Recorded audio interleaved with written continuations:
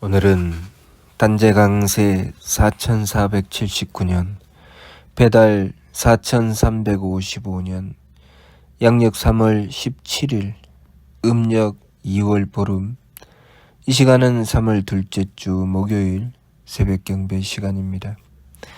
이번 주에 한백음께서 주신 말씀은 죄를 빌어라 는 말씀입니다. 한백음께서 우리에게 죄를 빌어라 하심은 한백음께서 우리를 건져 주시겠다는 분명한 의지를 말씀하시는 것입니다. 우리가 물건이 고장났을 때 그 고장난 물건을 고치기 위해서 기술자에게 문의를 하면 기술자는 그 물건을 가져온 사람에게 무엇이 어떻게 고장나 있는지 물어봅니다. 무엇이 안 되더냐, 어떻게 고장이 났느냐 라고 물어봅니다. 그러면 그 물건을 고치겠다고 하는 사람이 기술자에게 정확하게 이야기를 해 주어야 합니다.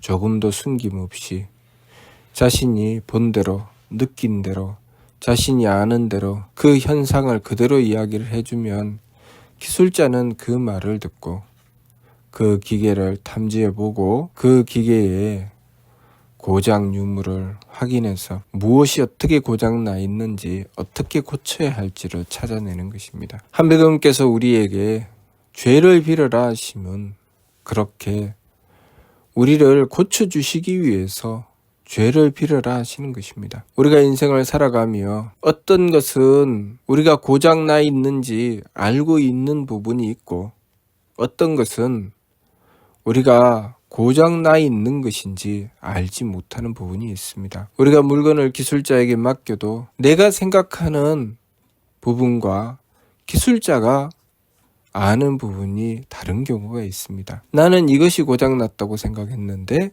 기술자에게 맡기면 내가 생각하는 것과는 전혀 다른 것을 손을 댑니다. 그것은 그 기술자가 그 기계의 원리에 따라서 그 기계가 고장난 부분의 근본 원인을 찾아서 해결하는 것이죠. 그와 마찬가지로 우리가 한백음께 우리의 죄를 빌게 되면 한백음께서는 우리의 죄의 근본 원인을 찾아서 해결해 주시려고 하십니다. 그렇기 때문에 우리가 한백음께 죄를 빌었을 때 우리가 생각하는 그런 방식으로 해결이 안 될 수 있습니다. 그렇다고 해서 우리가 한백음께 나는 분명히 죄를 빌으라고 해서 죄를 빌었는데 왜 한백음께서는 나를 이렇게 대하십니까?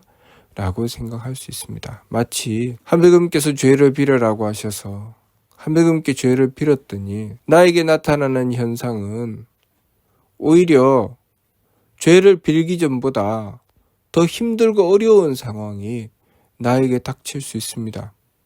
그러면 이렇게 생각하죠. 분명히 죄를 빌으라고 해서 죄를 빌었는데 죄를 빌기 전보다 더 힘들면 나 죄 안 빌어. 이렇게 생각할 수 있습니다. 차라리 몰래 숨기고 몰래 살짝쿵 거짓으로 행하면서 나 혼자 재미 보고 그렇게 사는 것이 낫지 괜히 죄를 빌었다가 사람만 고생하네? 이렇게 생각할 수 있습니다. 그러나 그것은 참으로 어리석은 것이죠. 마치 기술자에게 물건을 맡겼더니 그동안은 조금 고장이 나서 힘들긴 해도 그 물건을 쓸 수는 있었는데 기술자가 그 물건을 가져가자마자 온통 기계를 뜯어서 분해해서 완전히 못쓰게 만들어 놓는 것처럼 보입니다. 그러면 우리는 그것을 알지 못하고 기술자에게 아니 고장난 것만 고치면 되지 왜 기계를 다 때려 부시느냐고 기술자하고 싸우려고 하겠지요. 그것은 정말 무식한 자가 하는 짓이지요. 우리가 하느님 앞에 그런 무식한 자가 되어서는 안 되겠죠. 우리가 한백음께 원도하고 정성을 들이며 어차피 한백음께서 우리의 삶을 주셨고 우리의 삶을 주관하시고 모든 것의 주는 한백음이십니다.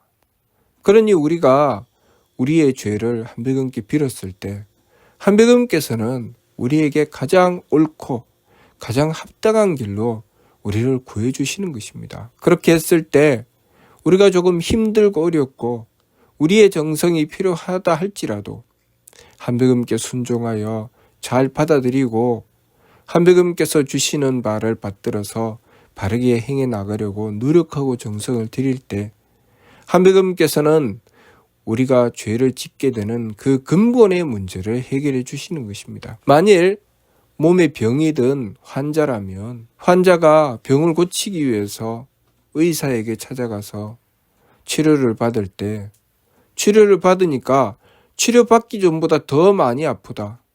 아이 왜 의사를 찾아왔으면 바로 병이 나아서 아프지 말아야 되는데 왜 치료를 받자마자 더 아픕니까? 이 사람 완전히 돌팔이네. 이렇게 생각을 하면 안 되죠. 만일 치료를 받자마자 병이 낫는다면 오히려 그것을 의심해 봐야 되겠지요.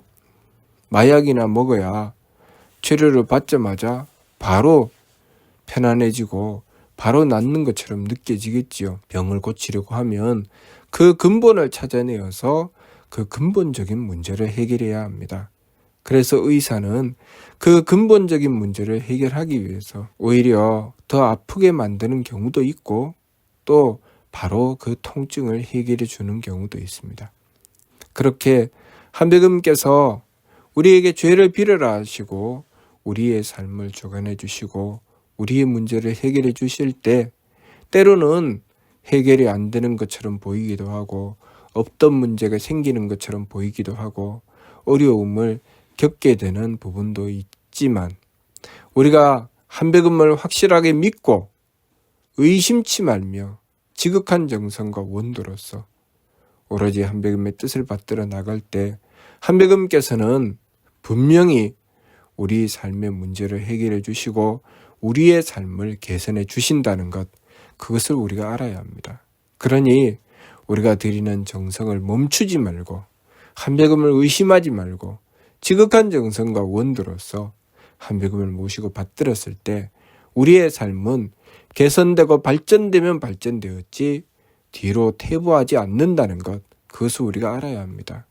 어리석게도 한백음을 의심하고 들이던 정성을 멈추고 제 마음대로 행하게 되면 내가 한백음의 은덕을 받아서 발전해 나아가다가도 멈추게 되고 뒤로 퇴보하게 되고 오히려 삶이 어긋나고 잘못된 길로 전락해버리고 만다는 것, 그것을 우리가 알아야 합니다. 마치 의사에게 치료를 받다가 아프다고 치료를 중지하고 의사를 찾아가지 않으면 그 환자는 오히려 병이 악화되어서 더 심한 고통을 받게 될 수도 있습니다.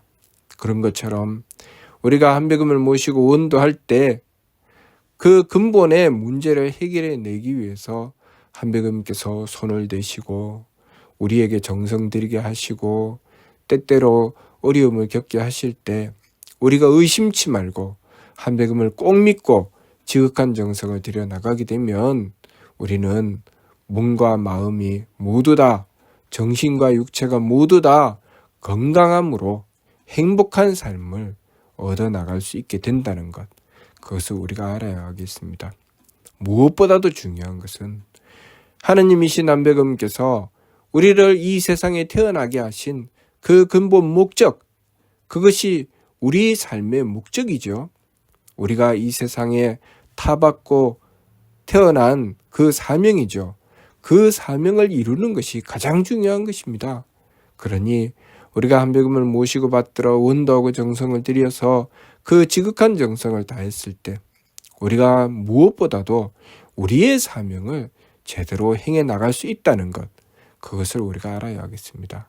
삼일신고를 통해서 하느님께서는 우리에게 성명정 삼진을 주셨고 우리는 그 삼진을 받아서 이 세상에서 그 삼진을 갈고 닦아 채워나감으로써 하느님의 덕을 받들고 하느님의 지혜를 받들고 하느님의 힘을 받들어서 우리의 성명정이 하느님의 덕과 지혜와 힘으로 채워지는 그 완성을 향해서 나아가는 것이 우리 삶의 목적이라는 것을 삼위신고를 통해서 가르쳐 주셨습니다.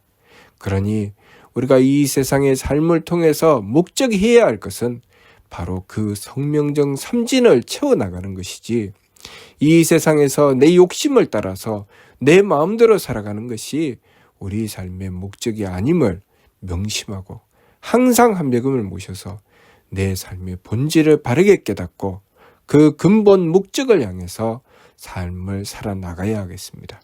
무슨 뜻인지 이해가 됩니까? 예. 마치도록 하겠습니다.